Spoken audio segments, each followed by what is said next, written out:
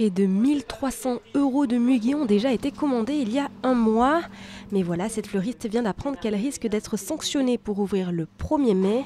Alors Candice, salariée depuis 8 ans, s'est montrée solidaire. Avec ce qui vient d'arriver, impossible de pouvoir décaler ou annuler la commande de muguet. Donc dans ces cas-là, ma patronne a décidé d'ouvrir le magasin et j'ai dit je vous accompagne si vous voulez et si vous avez besoin. La boutique veut rester fidèle à sa tradition d'ouverture le jour de la fête du travail.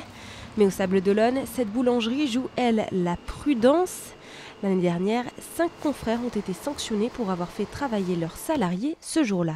Alors nous, on estimait à 70% de fermeture avant le passage au tribunal la semaine dernière. Alors, voilà, c'est une jurisprudence. La semaine dernière, les 5 ont gagné, mais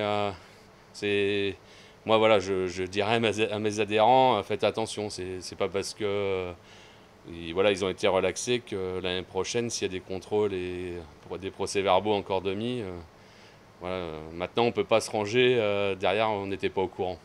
Mais c'est aussi montrer notre soutien par rapport à ce qui s'est passé l'année dernière et aussi faire voir au gouvernement que des villes sans pain, c'est des villes mortes. Selon la loi, une boulangerie peut ouvrir le 1er mai, mais seul le chef d'entreprise peut travailler.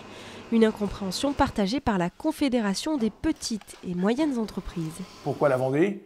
Plus ciblé que pourquoi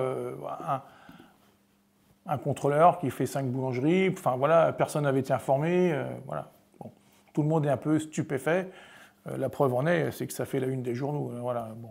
Et nous, à la CPME, on défend le 1er mai, on peut le travailler. On autorise les entreprises à travailler. Voilà. Un premier projet de loi en faveur du travail des salariés le 1er mai dans les boulangeries a été déposé la semaine dernière à l'Assemblée nationale.